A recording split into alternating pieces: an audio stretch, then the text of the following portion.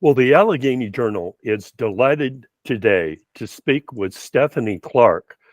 And for those of you who don't know Stephanie, both of you, she's the former mayor of Covington. She has her own ministry. And Stephanie is well known to participate in various commissions and boards throughout the Allegheny Highlands. And she joins us today as a candidate for District 37, the House of Delegates. Welcome, Stephanie. Well, thank you, Jerry. It's good to be here this morning. Gee, I haven't seen you since yesterday. I know it. I know it. At the parade, when the parade was over and I was still talking, I was running, trying to catch up with the parade. Oh, we chased Stephanie down the street, but we finally caught her. Well, we have some serious business here today Yeah. because in the House of Delegates, the district has changed a little bit. hmm And the House of Delegates is so important to the Allegheny Highlands for a variety of reasons. And so we're going to talk about some of the issues that the voters are concerned about, Stephanie. And so let's get going. You ready? I'm ready. This, and by the way, viewers, this is part of the Allegheny Highlands Chamber of Commerce interview series that we're working with the chamber on it, and we're delighted that Stephanie could take time out of her busy schedule to join us. Well, Stephanie, one of the issues in the region is jobs, and we've got a pad ready site that's being constructed. But we need more, as you know. And hmm is there anything that you believe a member of the House of Delegates can do to promote job growth here? I really do. I think that the House plays an important role in local politics, especially with this District 37. And I think that we can get out and we can talk more to business, corporations, small mom and pops, and encourage them to come to this area. District 37, you have Clifton Forge, you have Covington, you have Craig, Buckhannon, Botetourt, Lexington, Buena Vista. And I think one of the things that we can do is we can seek out businesses that would appreciate what we offer in the natural. We have so much water. We have this natural, beautiful green earth. We also have a population of people that are used to manufacturing. And I think that once I get in the house, I'll hit the ground with my feet running, trying to make contact with the businesses that are looking for small areas. Well, I mean, that's a real positive outlook. And I probably should have started with, what do you believe are the major issues in this campaign? Not just job growth, but how Mhm. about the other major issues in the campaign? I think that, Jerry, I've lived here all my life and I love it. And I think some of the major issues that the rural areas are having is that, we feel left out. We don't feel like we are a part of Virginia when it comes to looking at jobs, when it comes to looking at being included in small businesses, the money that is disseminated throughout the state. I think one of the issues is that we need to talk more to our local elected officials. I think we need to spend more time in the community, seeing what's going on in these rural areas. I'm all about fellowships and gathering. And I think the more that I spend with the city managers, board of supervisors, local elected officials in the cities, just the town people, I think I can find out more how we can promote our area. We have wonderful chambers. We have wonderful people that are promoting their areas. I keep talking about the natural water and the beautiful green spaces that we have, and all the people that are so intuitive in how we can stand and use the canoes and the boat waiting areas and all of these things. I was riding through Botetourt a couple of weeks ago. I was going to see my son who lives in Roanoke. So I looked to the right, Jerry, and over on the wayside, are all these cars at the Botetourt Wayside.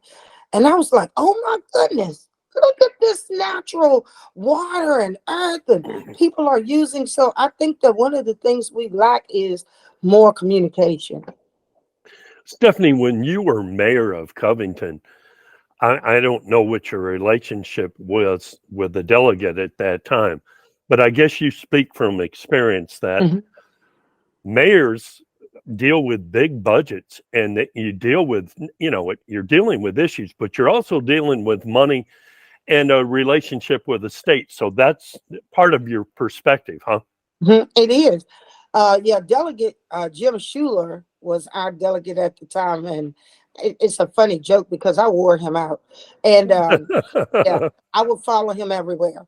And at the time, it was him, and we stayed in tune with each other. We really stayed in touch. And Mark Warner, he was really in touch with me. I was somewhat in touch with Tim Kaine, and but I found out that if you aren't beating down the door and reminding them of who you are, they forget about you.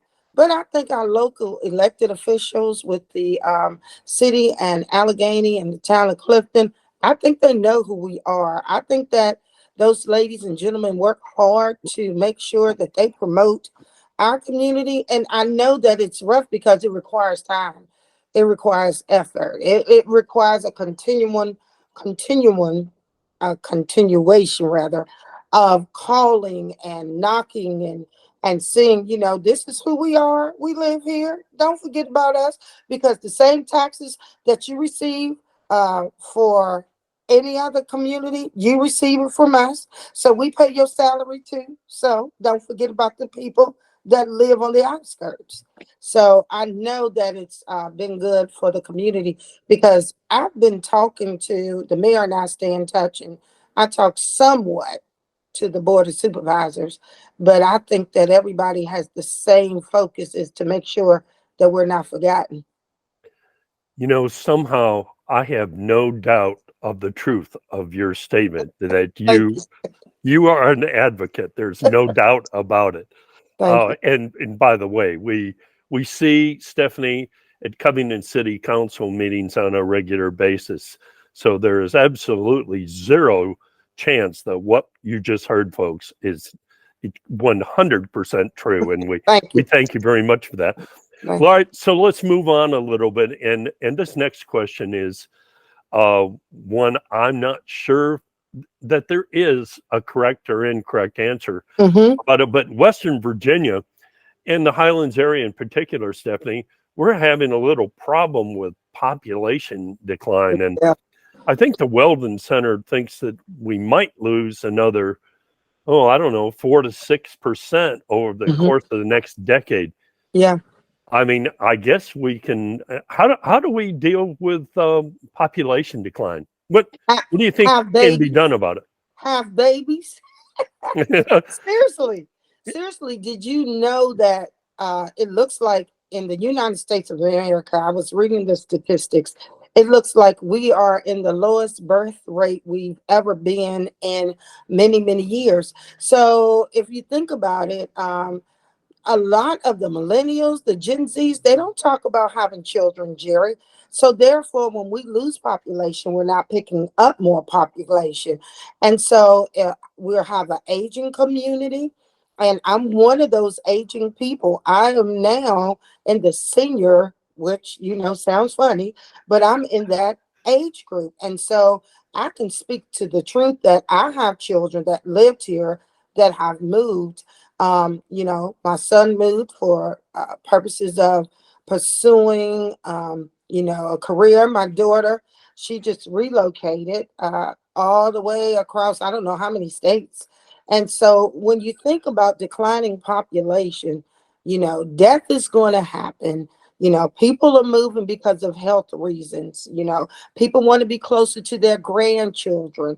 A lot of people are taking on new careers, and so I know that as our community population declines, we have to make it more appealing to families with children who want to come to a place where you can go in the kitchen and get a glass of water and turn over that fried chicken, and your kids can skip on the sidewalk and you don't have to run to the front door to make sure they're still there because your neighbors are going to look out for them.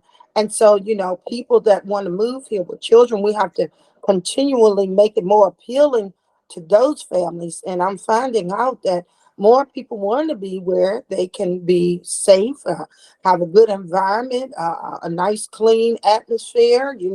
You can just come on the front porch and sit. And so I think those are the people that we have to look to, the people who have children that want to be in a place where there's growth as far as the schools. The school consolidation, I think, is going to be a drawing part for families that want to be here. And so declining population will happen. But I think that we will continually grow in the future. It'll be a slow growth. It won't be anything fast, quick, and in a hurry. But I think what we have that appeals to people will bring people in that weren't necessarily born here. Well, I mean, that's again, it's a very positive outlook, and let's hope that those are the key factors in it.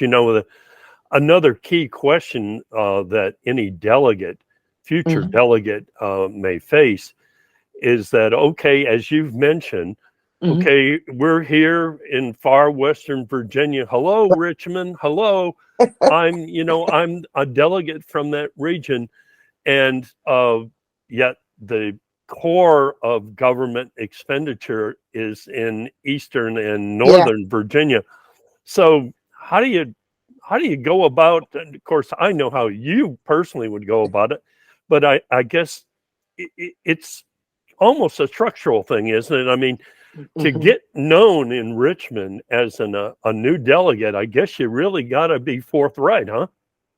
Well, forthright should be my middle name because I know that we have people there fighting on our behalf already, senators, we have delegates, representatives. But I think as a new delegate, I would stay at the table. I would make sure I introduce myself to everyone, and I would let them know that we are here, and I would fight for our money. I would speak on our behalf. Speaking in front of the delegates, the senators, the governors is something that I'm not afraid to do.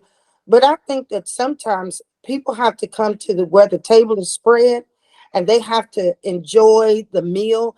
And I think some of our people that are in Richmond that represent a larger districts, I think they have to come to see. They have to come to eat at a local restaurant. They have to come here and spend some time instead of just driving through here, heading up to the Homestead or the Omni Hotel or going the back road, heading to the Greenbrier. You need to stop through and see what's happening in your rural areas and just walk around and get to know people, because I know I go to Richmond. I know where to eat in Richmond. I know where it is in Richmond. I know I go to Fredericksburg. I know where Northern Virginia is. I know where to go in all these different places. But I think that people forget that there's a smaller group of people that have worked hard, that deserve the same amount of money that's disseminated in the big house, that it can come down to the small house so that our local elected officials can use that for what's necessary. But I plan on being at the table. And I don't plan on being at the back of the table. I plan on working my way to the front of the table. It'll take some time, but I know that it's necessary for us to be able to have all that we need for our community, Jared. I mean, look at the roads, the infrastructure, going up 81, heading that way. You go see your family, you're traveling up and down the road. What do? You just stand strong and you fight for your right to have what's necessary. Stephanie, I couldn't help but think of you on Tuesday night when the Mm-hmm. head of Allegheny Highlands Community Services was speaking to Board of Supervisors. Mm-hmm. And Ingrid Barber, mentioned the fact that the state was beginning to be a little more generous with some grant money and funding some programs for key services here. Yes. So this kind of ties into the next question. Mm-hmm. You're a former mayor. How important are these grants? How important are the agencies, the state agencies, and knowledge of how they function? Is it to the position of a delegate? Well, I think that it's important because a lot of the rural areas that we're dealing with, Jerry, they don't have enough populace uh, to be able to fund some of the programs or street lights or curb and guttering, or to be able to fund infrastructure, to be able to make sure that the community can afford to keep, your sidewalks looking good. Ingrid Barber is a go-getter. Ingrid Barber has proved that grants are necessary to keep a business going. And it is so important that, our local elected officials are working hard. I think about the Maple Street streetscape and the Masonic Theater, and I went to a Riskinny, and I look at the pavilion over there and the people doing that. And then Botetourt, look at what's happening in Botetourt, Buckhannon, you ride down the street and you see how wonderful it is, and the small mom and pops and the businesses that are happening. Buena Vista on the uprise. Grants are so important to them. Lexington, Virginia, look, they, even though they have the colleges and they have the students coming in, they still need those grants and those the monies from Richmond to be able to function and to be able to stay steady the course. And the money that the state can give is so important, because what small community can continually tax the people? You can't tax the people anymore. I mean, you're doing what you can. You don't want to, because you know that in this part of the state of Virginia, we are declining population, as we heard. We have a lot of elderly people, a lot of people who live off of disability or fixed income, as my parents used to say. And so I think that the state is realizing, we need to start funneling this money down, because this part of Virginia is making us more and more and more um, responsible for how we treat them. The elderly people that live in Fredericksburg, and they live in Roanoke, Virginia, and they live in Richmond, all of those people, Jerry, Christiansburg, Radford, they're retiring. They're coming to rural Virginia. They're bringing their ideas, they're bringing knowledge. So, them coming here is helping us to understand we deserve better. Okay. We need to be recognized that this is a part of a growing senior population, and we have to give them grants so that they can live. And they're so important, Jerry. I mean, how could our community look as good as it does without those grants and the money from them? Well, Stephanie, I've peppered you with questions here, pretty technical stuff. And so now that I've bored the public with all these questions, this is your time to give us a little summary. Why should the population of the 37th district elect you? I mean, you're seasoned in government, and you've spent a lot of time volunteering things, among your other assets. Specifically, this is your time to tell the people why they should elect you.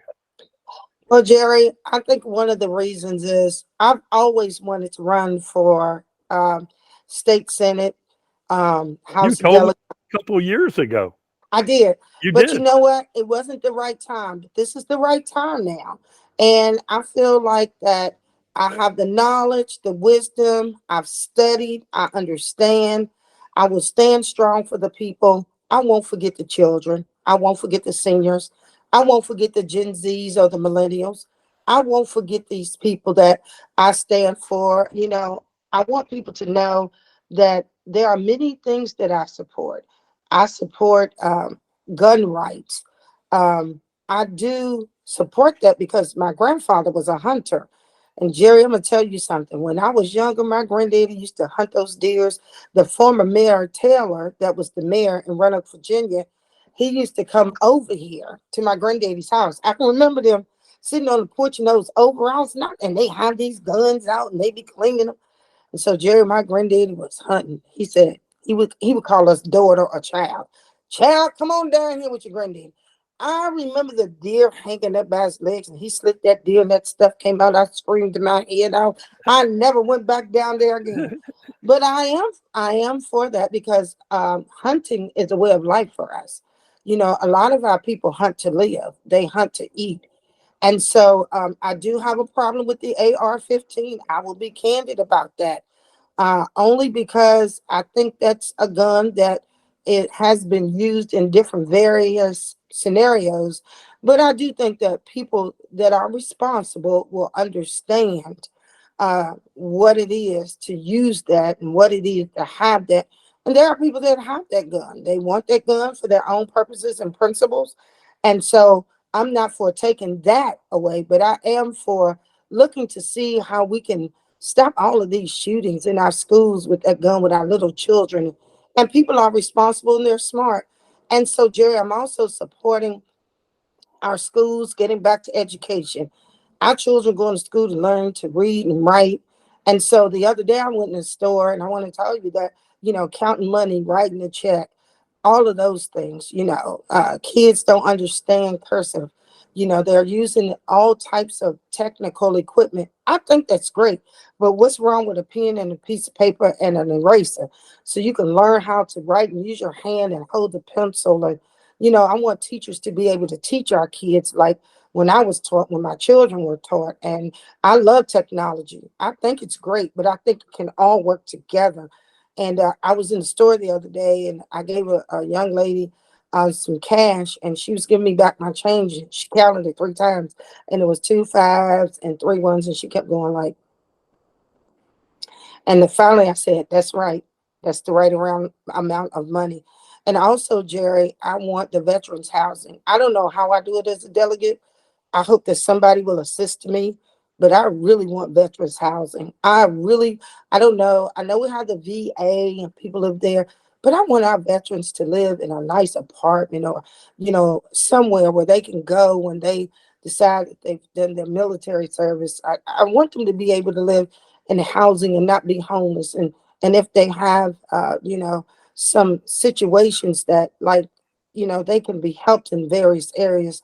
I'm also for reentry. I do reentry for TAP. I do know that people need to be able to come back to the community, pay their water bill, their light bill, be able to help with the tax base. But I think that comes with teaching and classes, and that ties in with mental health, the behavioral health system. I know in our community it is becoming so great. We have a great team of people that are working with our people who are needing help to live and enjoy their life. And I think that the mental health system, behavioral health, it is a necessary part of what I do as a legislator. Cree is doing that. And so, upon Cree getting reelected, I hope that we can team up and do that work. And I think it'll be so good. And as I close, Jerry, I'm also for the workforce development because, one of the things that I think why we lack in workforce is that a lot of people are incarcerated and a lot of people need help. They need that mental health help to be able not to be on drugs, to be able to understand that, if I can function, if I can go and I can be able to work and make money, I'll be able to live a good life. And so rehabilitation with all of that kind of works together. But my last statement is I love the people. I'm gonna work for the people. That's all I'm gonna do. And I'm gonna work for women. I believe in women's rights. Where would I be without women's rights? First Black African American female mayor, thank God for all the men who decided to put me in that position because without them, I wouldn't have made history. And so I want to work for the people because my saying is now, when I win, you win. It's on with ever and back with never. Be smart and vote for Clark. Even though you don't know me personally, you can contact me at 540-958-6438.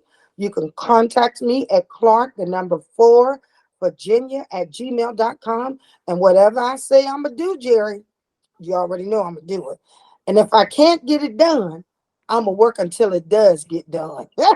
So Well, thank you. Madam Mayor, we have no doubt in your sincerity whatsoever. And we sincerely appreciate you taking the time to speak with the Journal today as part of the Allegheny Highlands Chamber of Commerce interview series. Best of luck with your campaign. Thank you, And, Jerry. and thanks again for joining us. Thank you, Jerry. We appreciate you.